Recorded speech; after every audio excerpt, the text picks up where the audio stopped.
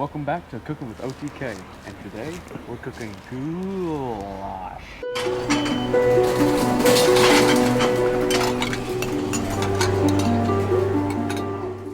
Ooh, gonna be a spooky dinner. Spectacular.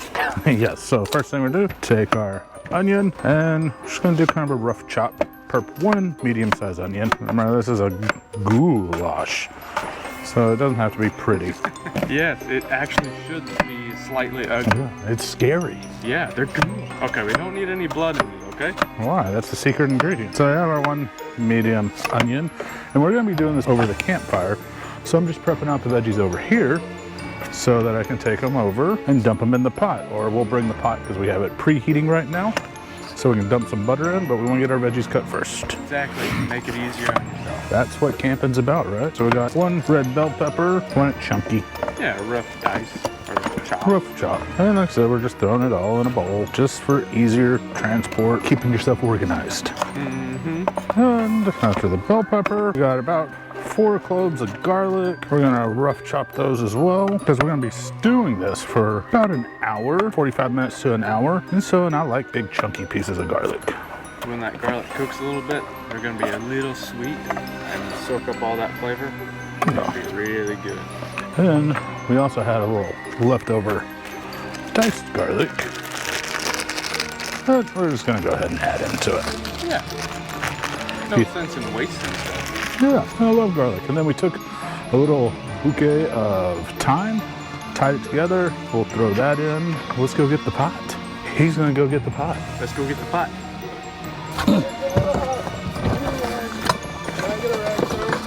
Clean or dirty? Either one. Good, dirty. Perfect, all right. Ah, see, got it nice and hot. Yeah, it's hot. Take our butter, big, about 2. And now it's 3. You know, Julia Child's. Yeah.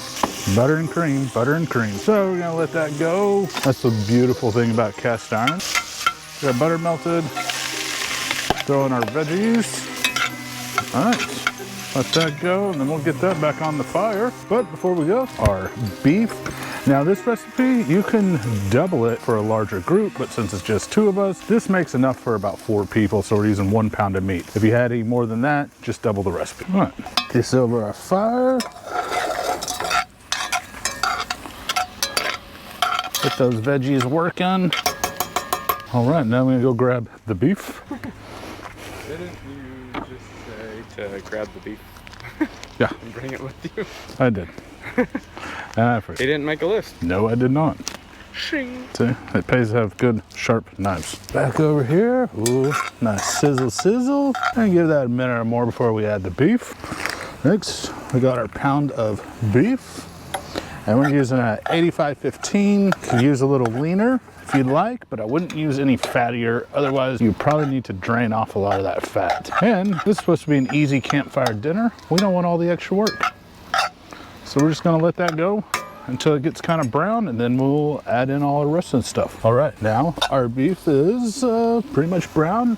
So we are gonna go grab the rest of our ingredients, and we're gonna bring them to the fire instead of having to walk back and forth, back and forth. That's why it's always good to have your stuff together and ready for you. Mise en place, everything in its place. As we say. Now we're gonna add our seasonings. We have about a tablespoon of just a good Italian seasoning blend. And then to that, I'm gonna do a little smoked paprika, about a teaspoon. We're gonna throw a bay leaf, and we'll pick that out afterwards. And then our little thyme bouquet. And I'm gonna throw in about a 1/4 teaspoon of pepper and a 1/4 teaspoon of smoked salt.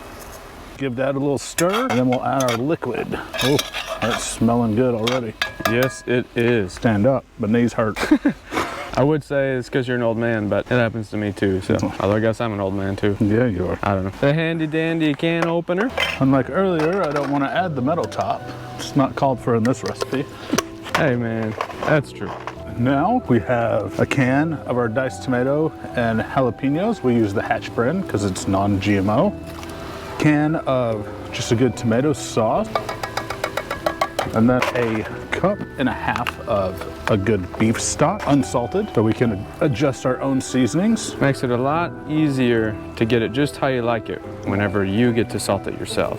Yes, 1.5 tablespoons of Worcestershire. I'll give that a good old stir. That's gonna be a good goulash. A goulash. Now, final thing is we're gonna take a cup of macaroni noodles, just dry, and add that right too, because our sauce and everything is gonna cook our noodles, soak up all that good flavor. So we're gonna give this a good stir. I'm gonna let it simmer for about 30, 45 minutes, or just until those noodles are done.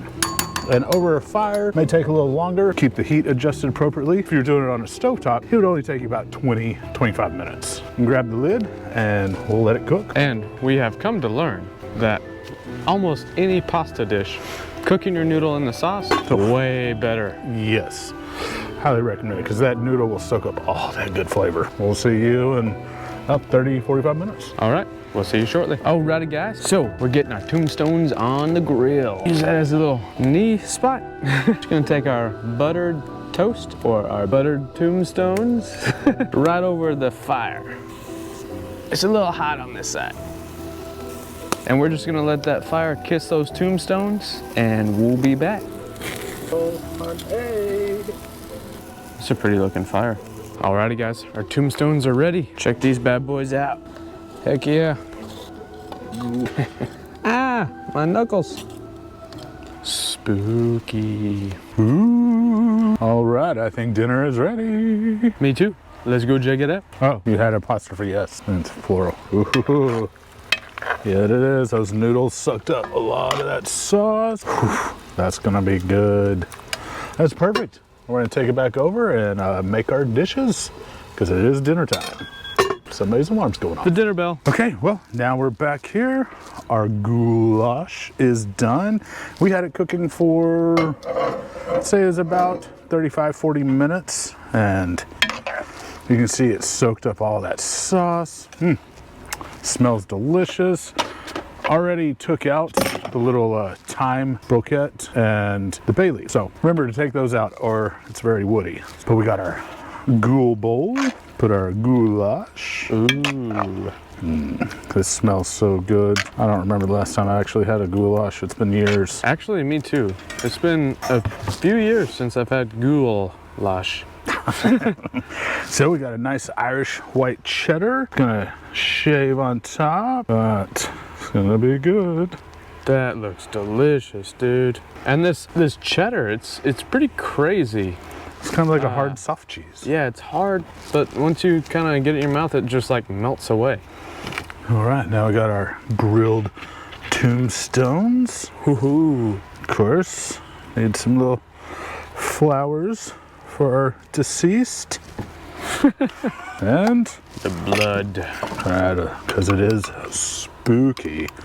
Add a little bit of our cranberry pepper jelly. I know it's a little sweet, but it'll be perfect to complement the goulash. Our little graves are bleeding.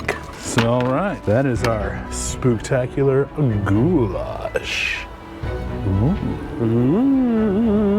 All right, enough fun. Let's dig in. It's time for the serious stuff. It's tasting time. What's the impression? That's really good. And that little cranberry, That jelly?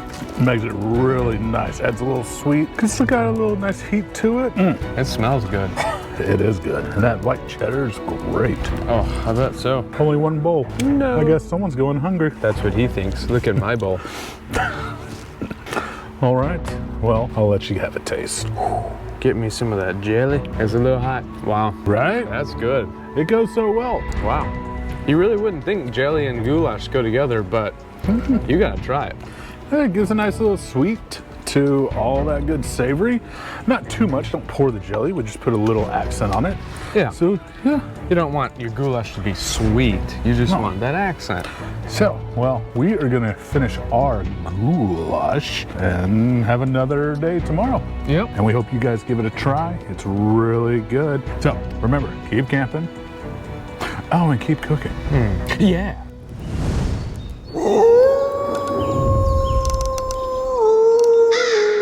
For our spooktacular camping. What he said. I don't know why that was funny, but it was.